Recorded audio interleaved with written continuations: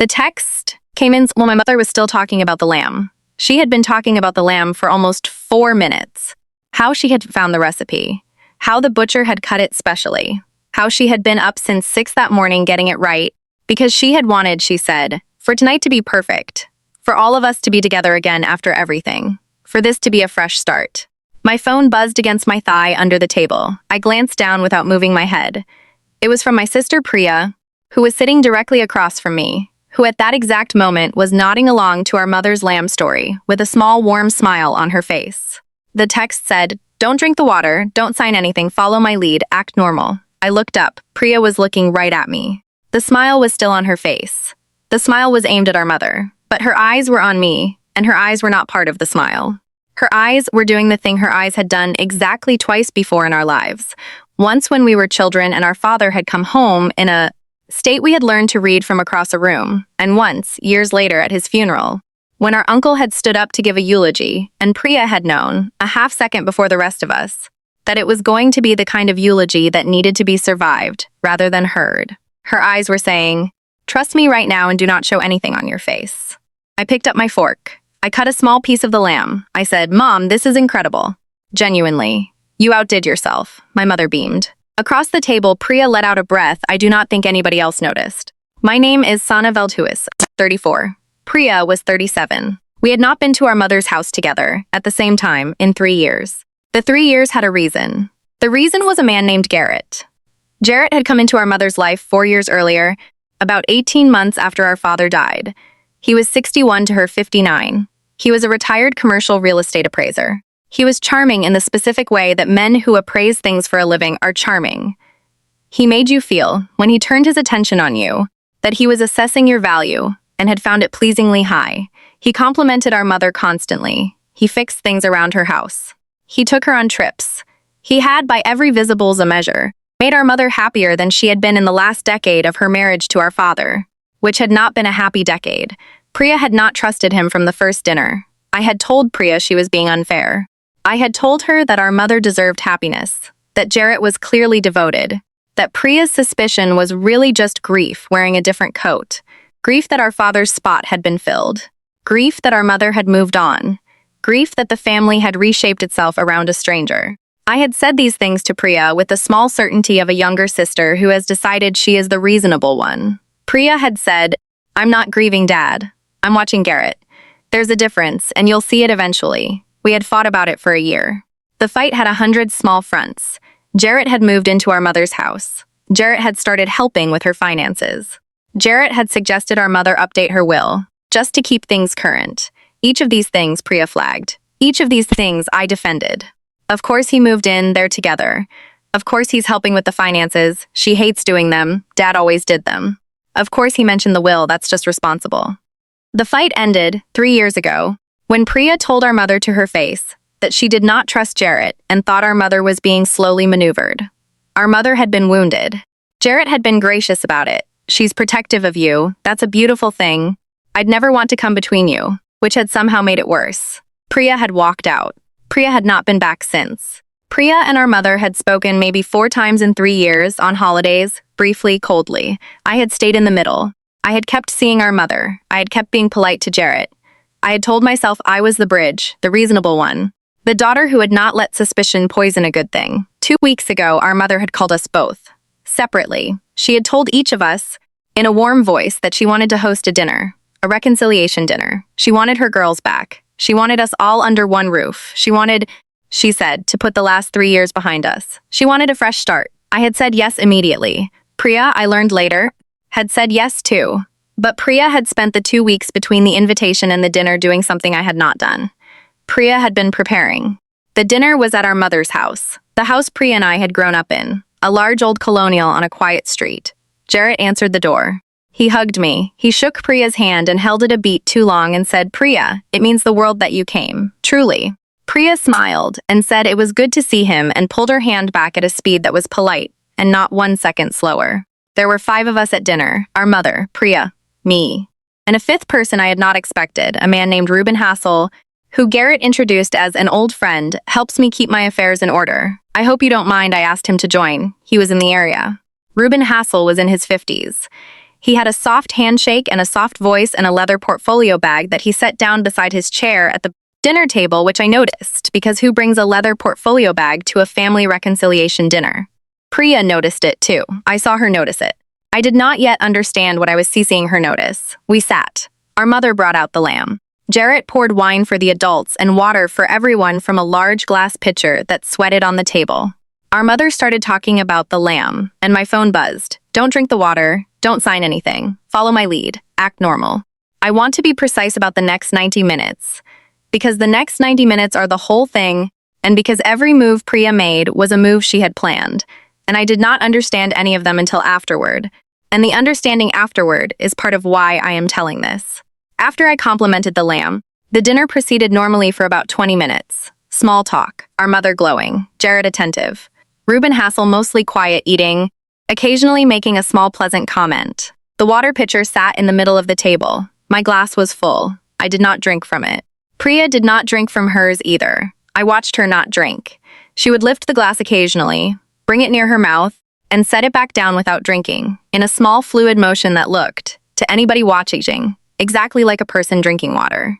I started doing the same thing. Around the 20-minute mark, Jarrett set down his fork and said, in a warm, casual voice, "You know, while we're all here, and I know this isn't the most romantic dinner topic, there's a little bit of housekeeping I've been wanting to get done, and it felt right to do it now, with the family all together. A nice symbol of the fresh start." Our mother nodded along, beaming. Jarrett looked at Reuben Hassel. "Reuben, you want to?" Reuben Hassel reached down and opened the leather portfolio bag. Priya's foot found mine under the table and pressed down. Once, hard, Reuben Hassel brought out a small stack of documents, maybe 20 pages. Stapled into 3 or 4 separate clipped sections, he set them on the table, off to the side, next to the breadbasket, the way you set down something you're going to get to in a minute. Jarrett kept talking. "Your mother and I have been getting all our affairs organized. Wills, the house, the accounts, the whole boring business. And part of organizing it properly, the way Reuben here advised us, is making sure you girls are formally on the same page about a few things. It's all very standard. It's actually a gift. In a way, it means there's never any confusion later, never any fighting, never any of the ugliness that tears families apart when someone passes and nobody knew what the plan was. We've all seen that happen. I never want that for this family." Our mother reached over and squeezed Garrett's hand and said, "He's thought of everything. He's been so good about all of this," Priya said, in a warm, easy voice. "That's really thoughtful, Jarrett. What kind of things are we signing?" And here is where I started to understand, because Garrett's answer was smooth and reassuring and contained, by my count, 4 separate things, and Priya, who had asked the question in the lightest possible voice, like a daughter mildly curious about paperwork, listened to all 4 with her. Warm smile in her steady eyes, and I watched her file each one. Jarrett said, "Oh, nothing dramatic. There's a little acknowledgement that your mom and I are handling the household finances jointly now. That's just to make the bank stuff easier. There's a thing about the house, basically just confirming you both understand the house is part of your mom's estate and it's being managed properly. There's a small waiver thing Reuben can explain better than me. Something about agreeing not to contest the arrangements down the line, which sounds scarier than it is. It's totally standard. It just keeps lawyers from getting rich off family squabbles. And there's a power of attorney update. Your mom wanted me to be able to help her with things if her health ever. You know, God forbid. But just in case. 4 things. Joint control of the finances. Confirmation that the house was being managed properly. A waiver of the right to contest. And power of attorney to Jarrett. I am not a lawyer. But I am a person who's sitting at that table, suddenly heard those 4 things stacked together and felt the floor tilt. Because those 4 things, signed by both daughters at a reconciliation dinner, would mean Jarrett controls the money now, with our signatures acknowledging it. The house is managed by Garrett, with our signatures acknowledging it. We have given up, in advance, our right to challenge any of it. And Jarrett holds power of attorney, so if our mother's health declines, Jarrett speaks for her, completely, with 2 daughters who have already signed away their standing to object. It was not a reconciliation dinner. It was a closing. We were not the guests. We were the signatures. My mother was beaming because my mother did not understand any of this. My mother thought her family was healing.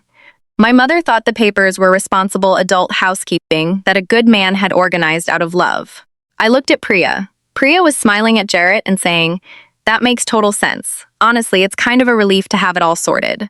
Under the table, her foot pressed mine again. Reuben Hassel slid the first clipped section across the table toward me.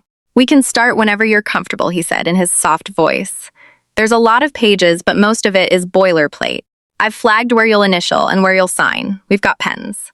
He set 2 pens on the table, nice pens, heavy ones. Priya picked one up. She uncapped it. She pulled the first clipped section toward herself, instead of toward me, turning it so she could read the top page, and she said, in the most relaxed voice I have ever heard her use, "Do you mind if I actually read it? I know that's so annoying. I'm just one of those people. My ex used to make fun of me. I read the terms and conditions on everything. It drives everyone crazy. Give me like 10 minutes, and I'll have signed and we can have dessert." There was a small pause. It was a small pause, but it was a real one. And 3 years of defending Jarrett fell away from me in the length of it, because in that small pause, I watched Garrett's face do something. It was tiny. It was a flicker. His warm expression held, but something behind it recalculated, fast, the way a man's face recalculates when a variable he had not planned for enters the room. Reuben Hassel said smoothly, "Of course, take your time." Jarrett said with a small laugh, "Priya reads the terms and conditions. Of course she does. Some things never change." He said it fondly. He said it as a small joke that landed warmly around the table. He said it in a way designed to make Priya feel that reading the documents was a charming quirk, a known eccentricity, slightly silly, faintly childish, the kind of thing a person does and then feels a little embarrassed about, and signs anyway to not hold everyone up. Priya laughed along. I know, 10 minutes, I promise." And then she actually read it. She read the first page slowly. She read the second page slowly. The table tried to resume its small talk, but it kept dying because everyone was, on some level, watching her read, and the reading was filling the room. Our mother said after a few minutes, "Honey, you really don't have to read every word. Jarrett and Reuben have gone over all of it. It's fine." And Priya looked up from the page and smiled at our mother. And this is the part I keep coming back to, because it was the kindest and the sharpest thing I have ever watched a person do at the same time. And she said, "Mom, I know it's fine. I'm not reading it because I think it's not fine. I'm reading it because you raised me to. Remember? You used to say, read it twice, sign it once. You said it every single time we signed anything our whole childhood. Permission slips. The lease on my first apartment. You drove 3 hours to read my apartment lease because you didn't trust me to read it carefully enough. This is me being your daughter. This is me doing the thing you taught me. Give me a few more minutes. I'm almost through the first section." Our mother's face changed. Not all at once, but something moved in it. Because Priya had not accused anyone of anything. Priya had not said Garrett was a snake. Priya had not relit the 3-year-old fight. Priya had simply reminded our mother of who our mother used to be. A careful woman. A woman who read leases twice. A woman who had taught her daughters that signing a document without reading it was a thing only fools did. And she had wrapped that reminder in a memory so specific and so true that our mother could not argue with it without arguing with her own past self. Our mother said quietly, "I did used to say that." "You did," Priya said. "Read it twice, sign it once." She went back to the page. Jarrett said, lightly, "Smart woman, your mother." But his voice had changed by 1 degree, and I heard it, and I think our mother, for the first time in 4 years, heard it too. Priya read for 11 more minutes. The dinner did not recover. The small talk had stopped. Reuben Hassel ate a roll very slowly. Jarrett refilled his own wine and offered to refill everyone's water. "Santa, your glass is still full. Let me top you off." And I said, "Oh, I'm okay. I had a big glass before dinner. I'm drowning." And I smiled, and I did not let him near my glass. And I watched him notice that too. When Priya finished the last clipped section, she squared the pages neatly, set them down, capped her pen, and folded her hands on top of the stack. She said, in a voice that was still perfectly warm, "Okay, so I want to make sure I understand it, because I want to sign it correctly, and a couple of these I want to get right." She tapped the stack. "This first one gives Garrett joint authority on all of Mom's accounts. Checking, savings, the retirement account, and the brokerage account. Right now, those are in Mom's name only. After this, they'd be joint, with full authority for Jarrett, including withdrawal and transfer, without Mom's separate sign-off. Is that right, Reuben?" Reuben Hassel said, "That's the standard joint management structure, yes." "And this second one," Priya said, "is an acknowledgement that the house, Mom's house, the one we grew up in, the one Dad paid off, has been transferred into a trust, and the trustee of the trust is Jarrett, not Mom, Jarrett. As of a transfer dated, she flipped a page, 14 months ago. So this isn't us agreeing to a future plan. This is us acknowledging something that already happened. The house already isn't Mom's. It's the trust's, and Jarrett runs the trust. And this paper is us signing that we know that, and we're fine with it." The table was silent. Our mother said, The house is in a trust? She said it to Garrett. She said it like it was new information, because it was new information to her. Jarrett said smoothly, "We talked about this part. The trust is for your protection. It's an estate planning tool. It keeps the house out of probate. It's the responsible thing. I explained all this. You said you were looking into trust," our mother said. Her voice was small. "You didn't say you'd done it. You didn't say you were the—" What did Priya say, the trustee? "You said it would be for me." "It is for you," Jarrett said. "I manage it for you. That's what a trustee does." Priya did not jump in. "This is the thing about my sister that I did not understand for 37 years and understood completely at that table. She knew when to be quiet. She had cracked it open. She did not need to pry it the rest of the way. She let our mothers sit in the small, terrible space of you said it would be for me, and you didn't say you'd done it. And she let Jarrett's smooth answers do the rest of the work. Because Jarrett's smooth answers, in the light Priya had just turned on, did not sound smooth anymore. They sounded like a man explaining why a thing that sounded bad was actually fine, which is the exact sound that the truth never has to make. Priya tapped the third clipped section. And this one is the part I really want to make sure I understand, because this is the one I have questions about. This is a waiver. If Sana and I sign this, we're agreeing that we will never contest any of the arrangements, the joint accounts, the trust, the power of attorney, in any court, ever, for any reason, including if we later believe there was fraud or undue influence.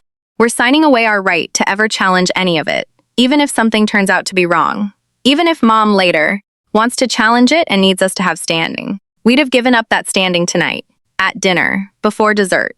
She looked up. "Reuben, is that an accurate reading of Section 3? Reuben Hassel was quiet for a moment. He said, "It's a fairly standard no-contest provision." "It's a no-contest provision," Priya agreed pleasantly. "It's just a very broad one. It doesn't carve out fraud. Most of them carve out fraud. This one specifically doesn't. I read a lot of these, terms and conditions, remember, and the fraud carve-out is the normal thing. Its absence here is the thing I'd want a lawyer to look at before I signed. Just me. I'm cautious. Mom taught me." She smiled at our mother again when she said it, and our mother, who had been staring at Jarrett, turned and looked at the documents on the table, as if seeing them for the first time, and said, to Reuben Hassel, in a voice that was finding its strength, "Are my daughters signing away their right to protect me? I am going to tell you how it ended, and then I am going to tell you the parts that mattered most, which happened after." Nobody signed anything that night. Our mother stood up from the table, and there was a moment, a real one, where I did not know which way she would go. Because 4 years of Jarrett's voice in her ear is a long time, and the easiest thing in the world would have been for her to choose comfort over alarm, to let smooth it back over, to tell herself her difficult older daughter was overreacting the way she'd always overreacted. The easiest thing would have been to sign. She did not sign. She said, "I think we'll all read these properly, with our own lawyer, not Garrett's friend." She looked at Reuben Hassel when she said Garrett's friend, and Reuben Hassel began, quietly, to put his documents back in his leather bag. "I think dinner is over. Reuben, thank you for coming. Jarrett." And here her voice did something I had not heard from her in 4 years, a small returning hardness, the voice of the woman who read leases twice. "Jarrett, we're going to talk, later, about the trust. About what I explained all this means when you explained the opposite of what you did." Jarrett tried, 3 or 4 more times, in the next 10 minutes, to smooth it. He was good at it. He was very good at it. He laughed. He reassured. He expressed hurt that his thoughtfulness was being treated as a scheme. He turned to me. "Sana, you understand. Tell your sister she's spinning this into something it isn't." And for 1 second, 3 years of being the reasonable daughter pulled at me, and I almost did it. I almost said, "Priya, maybe you're reading too much in." And then I looked at my full water glass that I had not touched, and I looked at my sister, who had been right for 4 years while I called her unfair, and I said, "No, Garrett, I think Priya read it exactly right. I think you should go stay somewhere else tonight." Here's what came out over the following months, because Priya, it turned out, had not just spent 2 weeks preparing. She had spent 2 weeks and a lawyer. The "don't sign anything" text was the obvious part. The deeper part was that Priya, when our mother had called with the reconciliation invitation, had not believed it. Priya knew our mother did not initiate reconciliations. Our mother avoided conflict. She did not host events designed to resolve it.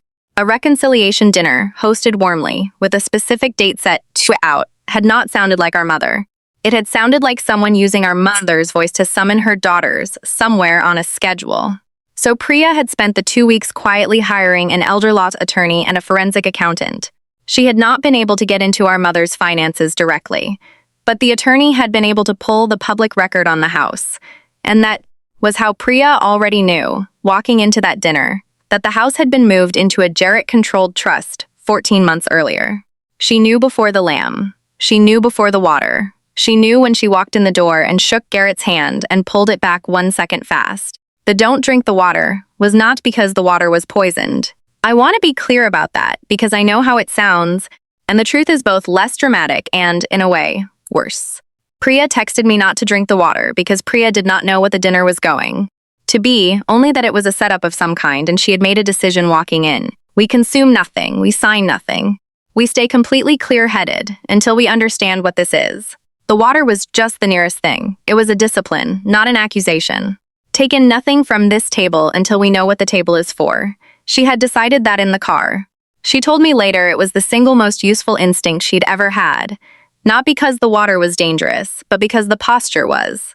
A person who has decided to consume nothing and sign nothing at a table designed to make her comfortable is a person who cannot be managed. The forensic accountant's work, over the following 4 months, found that Jarrett had, over 4 years, moved a great deal of our mother's money. The house into the trust. A significant share of the brokerage account into joint investments that were not joint and were not really investments. He had not yet been able to touch the retirement account or finalize the power of attorney, and that, the lawyer explained, was what the dinner was for. The dinner was the last few signatures. The accounts he could already reach, he had reached. The pieces he still needed legitimized. The joint authority, the no contest waiver, the POA, required the daughter's acknowledgement to be bulletproof. He had waited 4 years and isolated our mother and moved what he could move, and the reconciliation dinner was him reaching for the rest, using the one thing he had not yet been able to manufacture.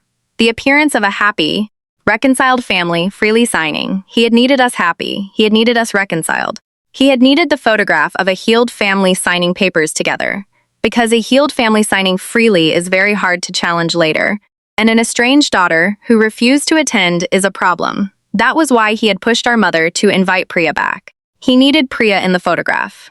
He needed her signature most of all, because Priya was the one who, if left outside the arrangement, would eventually tear it apart. He had needed her in the room. She came into the room, she read the terms and conditions. Jarrett was not, in the end, criminally charged with everything we wanted him charged with. Financial elder abuse is hard to prosecute, the lawyer told us, especially when the victim was, for years, a willing participant who signed real documents of her own apparent free will. But the trust was unwound. The house came back to our mother. The forensic accounting recovered most, though not all, of what he had moved. He was charged with enough that he took a plea that involved restitution and a sentence, and he is, as of my telling you this, no longer free, and our mother's name is on her own house again. Our mother is the person this was hardest on. Not us, her, because our mother had to sit, over those months, with the fact that a man had spent 4 years being devoted to her as a strategy, and that the devotion had felt real, had been real to her, had been the happiest she'd been in years, and that the realness of it to her did not make it real, and that she had defended him to her own daughter, and pushed that daughter out of her life for 3 years to protect a man who was, the entire time, appraising her like a property and disassembling her like one. She apologized to Priya. It was a long apology, and it happened in many pieces over many months, and I was present for some of them and not for others. The piece I was present for, the one I keep, was when our mother said, "You weren't grieving your father, you were watching Jarrett. You told me that exactly, 4 years ago. You said there's a difference, and I'd see it eventually. I didn't want to see it. Seeing it meant I was a fool, and I would rather have lost you than been a fool. That's the truth, and it's an ugly one, and I'm saying it out loud because you deserve to hear me say it. I chose not being a fool over my own daughter. I'm so sorry." And Priya, who had been right for 4 years and has been exiled for it, did not say I told you so. She said, "You're not a fool. You're a person who loved someone. That's not foolish. It's just dangerous." Which is the truest thing anyone said in the whole affair. I have thought a great deal about what I did wrong, because I did do something wrong, and it was not a small thing, and it is the thing I most want you to take from this. I was not the villain. Jarrett was the villain. But for 3 years, I was the villain's most useful instrument, and I did not know it, and I would have signed those papers, and here is why. I had decided early that I was the reasonable one, the bridge, the daughter who didn't let suspicion poison the family. And once I had decided that suspicion was the enemy, I could no longer tell the difference between unfair suspicion and accurate suspicion, because To me, all suspicion looked like the thing that was tearing my family apart. Priya's correct read on Jarrett and an unfair grudge against Garrett looked, to me, identical because I had stopped evaluating the content of her warning and started evaluating only its temperature. It was hot, it was divisive, it made dinners tense, therefore it was bad, therefore she was wrong. I mistook the absence of conflict for the presence of safety. They are not the same thing, they are very often opposites. The calmest room in the house, for 3 years, was the room where Garrett was slowly taking everything, because Garrett needed the room calm, and I was helping him keep it calm, and I called the keeping it calm being reasonable. Priya made the room tense because the room needed to be tense. There was a man in it disassembling our mother. Tension was the correct response. Tension was the only correct response. And I had spent 3 years treating the one person responding correctly as the problem. Because her correct response was uncomfortable, and I had organized my whole sense of myself around being the daughter who kept everyone comfortable. Comfort is not safety. The person making you uncomfortable at the family dinner is not, by virtue of that discomfort, wrong. Sometimes they are wrong. But you have to actually look at what they're saying, the content, not the temperature. And I had stopped looking at the content years before, because the temperature alone had been enough for me to dismiss it. If there is someone in your family who keeps raising an alarm that everyone else finds exhausting, who keeps making things tense, who keeps refusing to just let it go and let everyone enjoy the dinner, before you decide they're the problem, do one thing. Separate the temperature from the content. Ask yourself coldly. Forget how it feels. Forget that it's tense. Forget that they're the difficult one. Is what they're actually saying true? Read the terms and conditions of their warning, the way Priya read the terms and conditions of those documents, slowly, all the way through, looking for the missing fraud carve-out, not stopping at, this is annoying and I want dessert. Because the people who make family dinners tense are sometimes just difficult.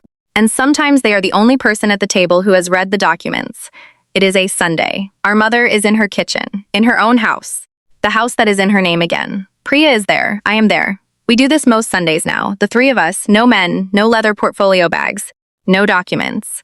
Our mother is teaching Priya the lamb recipe, the real one, the one she was up at 6 making the morning of the dinner, back when she still thought the dinner was love. She makes it now and is just food again. It is just a Sunday. Priya reads everything our mother signs, every form, every renewal, every bank letter. Our mother hands them to her now without being asked. Read it twice, our mother says, and Priya says, sign it once. And it has become a joke between them, the warmest joke in our family, a thing they say to each other across the kitchen. And our mother laughs every time. And I watch the 2 of them, and I think about how close I came to signing. And how the only reason I didn't was that my sister kicked me under a table and told me not to drink the water. I drink the water now. At our mother's table, freely. Because I know now what the table is for. It's for us. It always should have been.